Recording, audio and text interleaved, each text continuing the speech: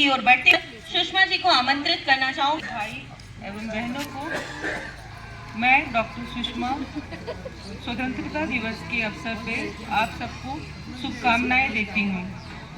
आज का दिन हमारे लिए बहुत खास है और यह खास इसलिए है कि कई वर्षों पहले आज के दिन ही हमें आज़ादी मिली थी। अंग्रेजों का हुकूमत हमारे देश पे 1858 से 1947 तक रहा। इसके पूर्व ब्रिटेन की ईस्ट इंडिया कंपनी ने 1757 से 1857 तक भारत पर अपना आधिपत्य रखा। अंग्रेजी हुकूमत के खिलाफ आज़ादी की लड़ाई है जिसका नेतृत्व मंगल पांडे ने किया था।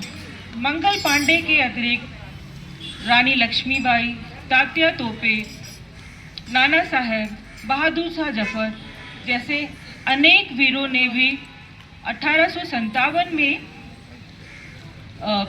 अंग्रेजों के खिलाफ लोहा लिया और अंत में अंग्रेजों ने हमारे स्वतंत्रता सेनानी के बलिदान के आगे घुटने टेक दिए और 200 साल की गुलामी के बाद भारत को 15 अगस्त 1947 को आज़ादी मिली।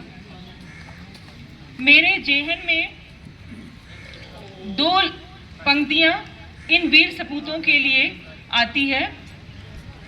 आओ झुककर सलाम करें उन्हें जिनकी जिंदगी में ये मुकाम आया है। बहुत खुशनसीब थे वो लोग जिनका लहू भारत के काम आया है। हमारे देश के आज़ादी में बहुत सारे लोगों का सहयोग रहा है, जिनमें से प्रमुख महात्मा गांधी, चंद्रशेखर आजाद, सुभाष चंद्र बोस, लाला लाजपत राय आदि रहे हैं, जिनके बलिदान को हम सभी जानते हैं और उनको सराहते भी हैं। लेकिन हमें ध्यान रखना होगा कि अन्य लाखों लोगों ने भी इस स्वतंत्रता संग्राम में अपने प्राणों की आहुति दी है। तो आज हम उन वीर सपूतों के साथ उन स्वतंत्रता सेनानियों को भी नमन करते हैं जिन्होंने देश के आज़ादी में अपनी भूमिका निभाई और अपने प्राणों की आहुति दी। 1906 7 अगस्त को कोलकाता के पारसी बागान स्क्वायर में सर्वप्रथम राष्ट्रीय ध्वज फहराया गया और हमारा तिरंगा सबसे पहले 15 अगस्त 1947 को हमारे प्रथम प्रधानमंत्री पंडित जवाहरलाल नेहरू ने लाल किला पे फहराया। हमारा झंडा तिरंगा कहलाता है। यह 3 रंगों की पट्टी से बना है, जो सबसे ऊपर केसरिया, फिर सफ़ेद और हरा रंग है। केसरिया रंग शक्ति और साहस का प्रतीक है, सफ़ेद रंग शांति और सच्चाई का प्रतीक है और हरा रंग प्रकृति की उर्वरता वृद्धि का प्रतीक है। हमारे ध्वज के बीच के सफ़ेद पट्टी में सारनाथ स्थित अशोक स्तंभ से लिए गए 24 तीलियों के नीले रंग का चक्र को दर्शाया गया है, जो यह दर्शाता है कि गति में जीवन है और स्थायित्व में मृत्यु। इसलिए यह जीवन की गतिशीलता का संदेश देता है।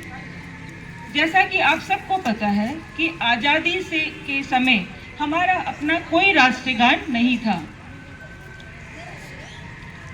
जो राष्ट्रगान हम अभी गाते हैं, इसे रविन्द्रनाथ टैगोर ने सन 1911 में लिखा था, जिसे संविधान सभा ने 24 जनवरी 1950 को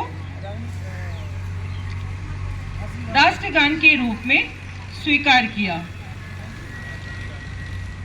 हमारे भारत को आज़ाद हुए कई दशक बीत गए और इस दौरान भारत ने विश्व पटल पर अनेकों मोर्चे पर अपना नाम कमाया है। साहित्य, साइंस, टेक्नोलॉजी, कला, खेलकूद इत्यादि अनेक मोर्चे पर भारत ने बहुत तरक्की की है। परमाणु संपन्न भारत अंतरिक्ष के क्षेत्र में भारत ने बहुत तरक्की की है। चंद्रयान 3 इसका सबसे बड़ा प्रमाण है। लेकिन साथियों, इसके साथ मैं यह भी कहना चाहूँगी कि आज़ादी के इतने वर्ष के बाद भी भारत आज भ्रष्टाचार, हिंसा, आतंकवाद, नक्सलवाद, बेरोजगारी, गरीबी और अशिक्षा जैसी अनेक परेशानियों से जूझ रही है। इसके लिए हम सबको एक होकर आगे बढ़ना होगा और एकजुट होकर काम करना होगा, क्योंकि जब तक हम लोग इस परेशानियों से निजात नहीं पाते, उन वीर सपूतों की बलिदान का जो सपना उन्होंने देखा था, जिस भारत का सपना देखा था, वो पूरा नहीं हो पाएगा। इसलिए एकजुट होकर हमें एक स्वतंत्र और